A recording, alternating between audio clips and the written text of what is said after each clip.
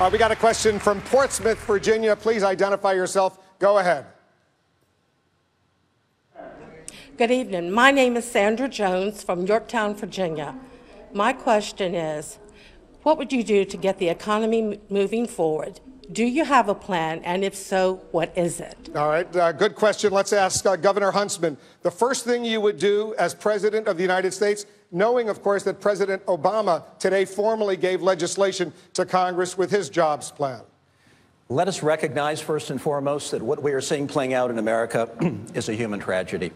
We have millions and millions who are unemployed, millions beyond who are so dispirited they've completely given up trying to find a job. We've got moms and dads and families that have been economically shipwrecked, and it's a great American tragedy that we're watching play out. I have put forward a program that I want all of you to understand is basically patterned after what I did as governor. And I think when you look at everybody on the stage here, all you have to do is say, where have they been and what have they done? First and foremost, I want to reform this tax code. I put forward a program that the Wall Street Journal has come out and endorsed. It basically calls for stripping out the loopholes and the deductions and lowering the rates for individuals, cleaning out corporate welfare and subsidies on the corporate side and lowering the rate, leaving us a whole lot more competitive for the 21st century. That's the first item of business I drop on the doorstep of Congress.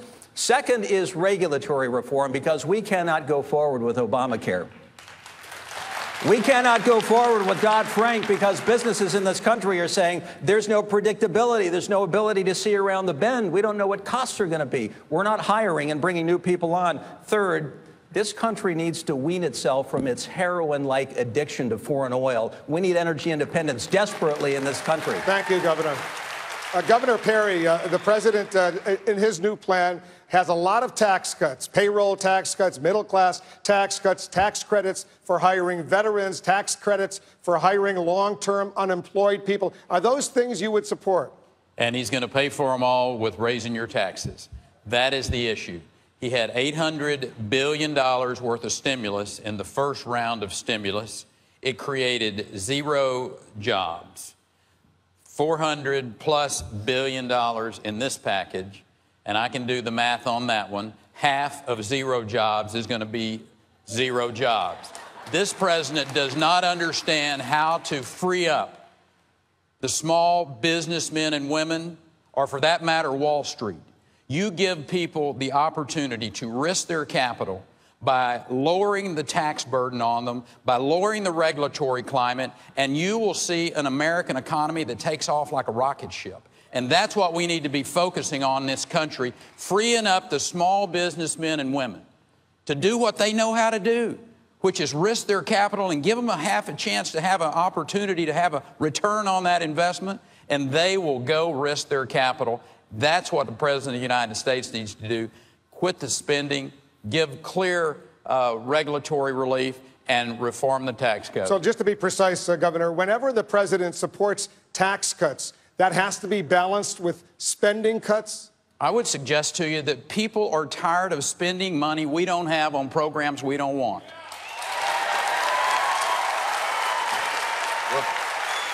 Congresswoman Bachmann, I'm going to bring Mr. Kaine in a moment.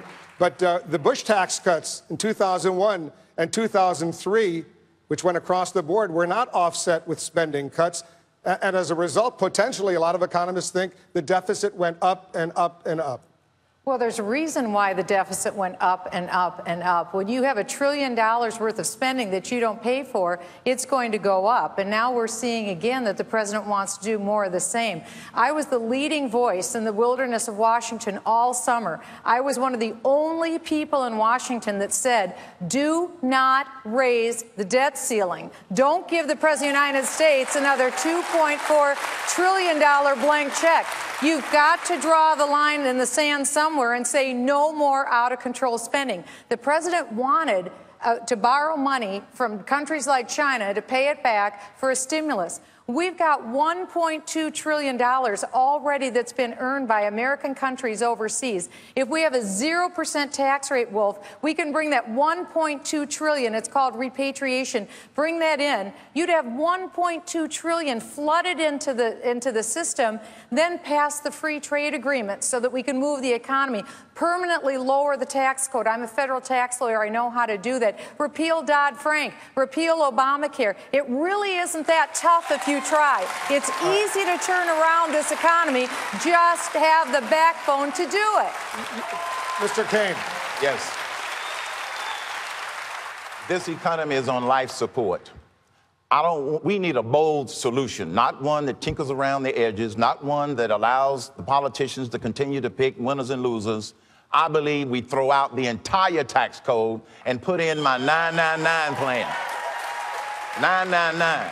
A 9% business flat tax, a 9% personal income tax, and a 9% national sales tax. Now, I've been told by some people, well, you can't get that done. I say, why? Well, because you don't know how Washington works. Yes, I do. It doesn't. The American people are ready to do something bold. We need a bold solution in order to get this economy growing at the maximum rate. I agree with many of the others up here who say, you get the government out of the way, American entrepreneurship, American businesses, they will create the jobs if we provide some certainty. Governor Romney, you know Governor Perry, as governor of Texas, created more jobs in Texas than any other state. Terrific state, no question about that. Some wonderful things that Texas has going for it that the nation could learn from. Zero income tax, that's a pretty good thing. Right to work state, Republican legislature, Republican Supreme Court. By the way, a lot of oil as well. We're an energy-rich nation. We're living like an energy-poor nation. I spent my life in the private sector. I've competed with companies around the world. I've learned something about how it is that economies grow. It's not just a simple wave a wand and everything gets better. No, you have to make some structural changes. The world has changed. What's happened over the last 20, 30 years is we've gone from a payphone world to a smartphone world. And President Obama keeps jamming quarters into the payphone thinking things are going to get better. It's not connected, Mr. President.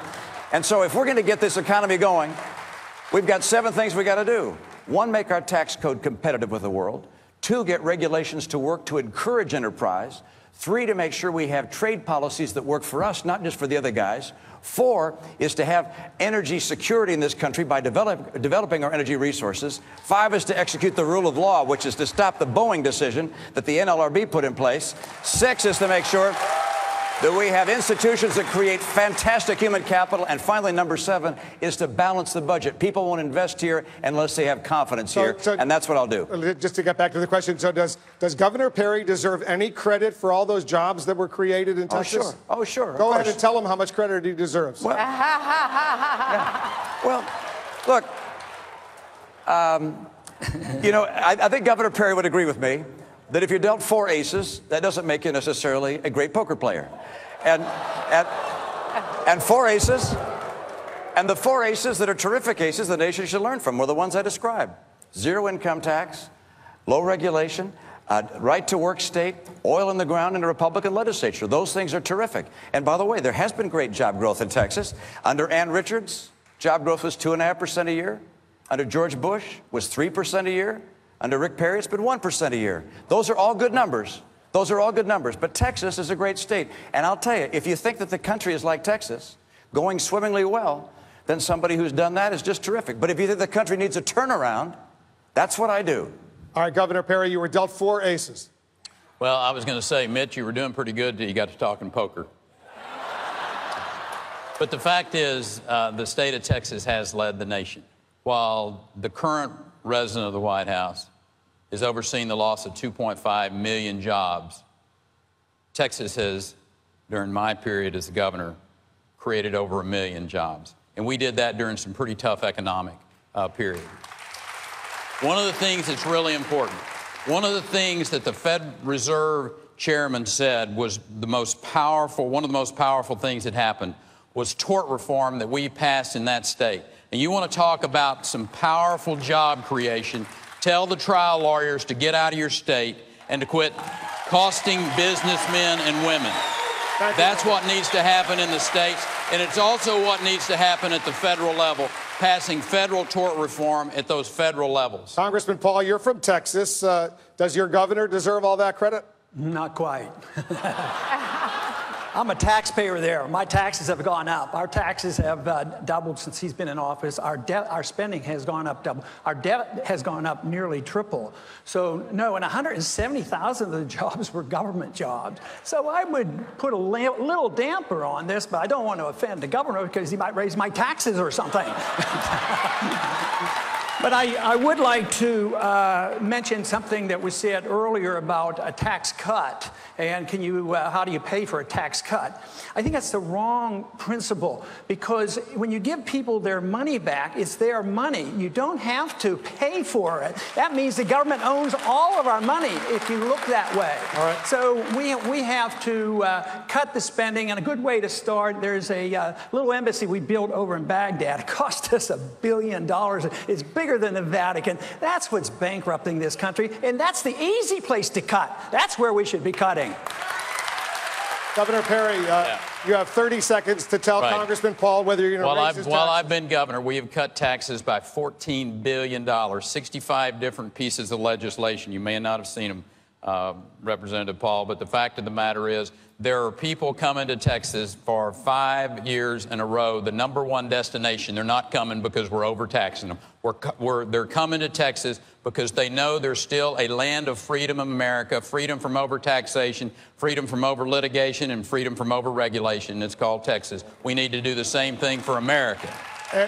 Let me bring Speaker Gingrich into this conversation. Jobs, jobs, jobs. All of us who covered you when you were Speaker and you worked together with President Clinton at the time, you compromised, he compromised, you got things done. There was a budget surplus for as far as the eye could see. If you were president, would you work with the Democrats, assuming they were the majority in the House or the Senate? Would you compromise with them on some of these gut issues? Well, you know, after the last debate, when Governor Huntsman and Governor Perry and Governor Romney each explained how their state was the best at job creation, Brady Cassis, who works with me, went back and checked. In the 4 years I was Speaker, we created, the American people, not me, created more jobs in Utah than under Governor Huntsman, more jobs in Massachusetts than under Governor Romney, and more jobs in Texas than in the 11 years of Governor Perry. Now, I don't claim credit for that because it was done by investors and done by people. In fact, MIT at that time was in the private sector as part of the job creation. But I just want to point out, the American people create jobs, not government. Okay? Now, Ronald Reagan, when I was a very young congressman, Ronald Reagan taught me a great lesson if you have Democrats in charge. And that is to go to the American people on principle, have the American people educate their congressman. He used to say, I try to turn up the light for the people so they will turn up the heat on Congress.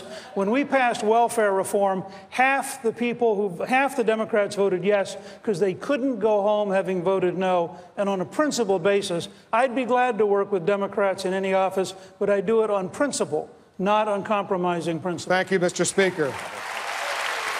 All right, we have a question via CNNPolitics.com. All of you profess to be pro-business candidates for president. Can you be pro-worker at the same time? Mr. Kaine. The answer is absolutely yes, because I was a worker before I was an executive and before I was a business owner. Absolutely. And when I ran the National Restaurant Association, it is a collection of small businesses. Godfather Speaks is the same way. When I ran a region for Burger King, one restaurant is the basic fundamental business unit in this country. And so, yes, I know how to be pro-worker because I came from a pro-worker family. My mother was a domestic worker. My father was a barber, a janitor, and a chauffeur, all at the same time. I understand work because that's how I came up. So the answer is absolutely yes. The two are not mutually exclusive. But what we need is the right leadership. Starting with, are we working on the right problems? If we keep tinkering around the edges on the tax code or tinkering around the edges on Social Security, we're not going to solve the right problem. Thank you, Mr. Kaine. Governor Huntsman, you have experience in the business community, in government. Why would you be more effective in creating jobs than any of your rivals on this stage? Well, let me just say about workers, this country needs more workers. Can we say that? This country needs more workers, and we're not going to get more workers until we actually have an economic plan led by someone who has actually done it before, presumably as a governor, to create the environment in which the private sector can then work its magic. That's how we're going to get from point A to point B. But let me just say that we have put forward a plan, Wolf, and I want people to take a serious look at this, because you can come up with spin on everything that, any way to describe your plan, come up with fancy language, but I just want you to take a look at what we have done, where we have been, in terms of proposing job creation measures under tax reform in our state that is totally applicable to what this country needs, looking at regulatory reform, creating the most business-friendly environment in the entire United States, creating health care reform without a mandate. I know that everything's bigger in Texas, and Rick likes to talk that way, and I know all the smart people reside in Massachusetts, but let me just tell you, Utah, the great state of Utah, was #1 in job creation at 5.9% during my years as governor. We were the best managed state in America. We were the best place in America for business. I'm the only person on this stage, Wolf, who can actually lay claim to all of that. And you know why it's important? It's because it's exactly what this country needs at this point in its history.